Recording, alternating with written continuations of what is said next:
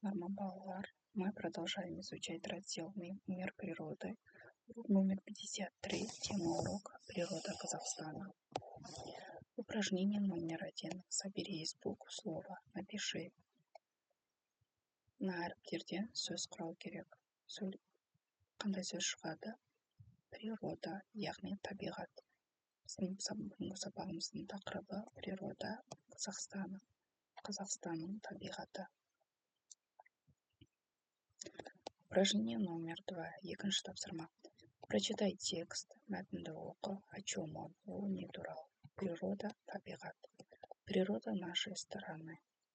Біздің жеріміздің табиғаты. Природа Республики Казахстан удивительная и прекрасная. Это бескрайние степи, жаркие пустыни, высокие горы, зеленые леса, синие озера, реки и моря. Там живут разные животные, птицы, рыбы, насекомые. Біздің еліміздің табиғаты өте таңғажайып және әдемі. Бұл жерде кең жазық далалар, ыстық шөл жерлер және биік таулар бар, жасыл ормандар және өзендер, көлдер бар. Бұл жерде көптеген жануарлар мен құстар және балықтар және жәндіктер өмір сүреді. Упражнение номер 3. Үшінші тапсырма. Рассмотрите фотографии, подберите из текста нужные слова и словосочетания, каждый из них. Сендерге айтып жатыр бұл жерде. Мына суреттерге қарап, жаңағы мына мәтіннің ішіндегі өзіне қажетті сөздерді табыңдар деп жатыр. Яғни бізде бұл жерде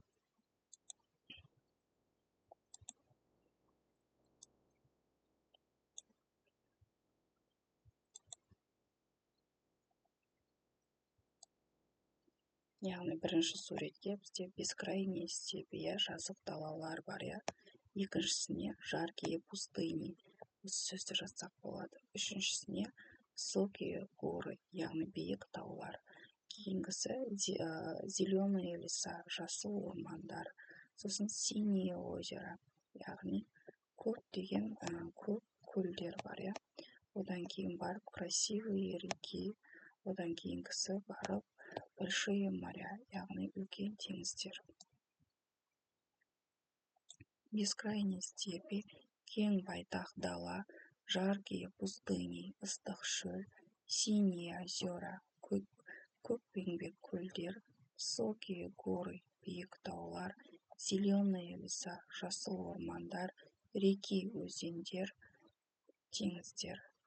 Упражнение номер 4. Төртінші тапсырма. Подберите к словам предметам слова-признаки. Составьте словосочетание. Яғни зат есімдерге сын есімдерді тауып жазыңдар деп жатыр. Бізде бұл жерде қалай болады? Бескрайние степи, кең жазық далалар, высокие горы, биік таулар, зеленые леса, жасыл ормандар және синие озера, яғни көкпеңбек өзендер. Упражнение номер 5. Бесінші тапсырма. Послушайте чтение друг друга, обсудите, что дают реки. Бір-біріңе оқып беріңдер деп жатыр. Және оны бір-бірлеріне түсіндіріп айтыңдар деп жатыр, Бізде жаңа не еді? Река дегеніміз не еді, балалар? Яғни өзендер, Қазақстан жеріндегі өзендер туралы тақырып. Реки Казахстана, Қазақстанның өзендері. В нашей стране много рек. Біздің елімізде көптеген өзендер бар. Одни спокойные и глубокие. Олар және өзімен жайбарақат тұра береді, және өте терең деп жатыр, Другие горные и быстрые. Ал кейбір өзендер, ол таулардың қасында ағатын өзендер, олар өте тез ағады деп жатыр. Самые длинные реки, ең ұзын өзен, ол Ертіс өзені екен. Есіл, Жайық, Іле. Яғни біздегі Қазақстан жеріндегі ең ұзын өзендер бізде Ертіс, Есіл, Жайық, Іле. Реки дают воду людям, растениям и животным. Яғни өзендер бізге адамдарға су береді, өсімдіктерге және жануарларға өзінің суын береді, реки надо, өзендер бізге керек екен. Охранять и беречь. Бізге өзендер керек, және біз оны не істеуіміз керек? Қорғап және абайлап сақтауымыз керек.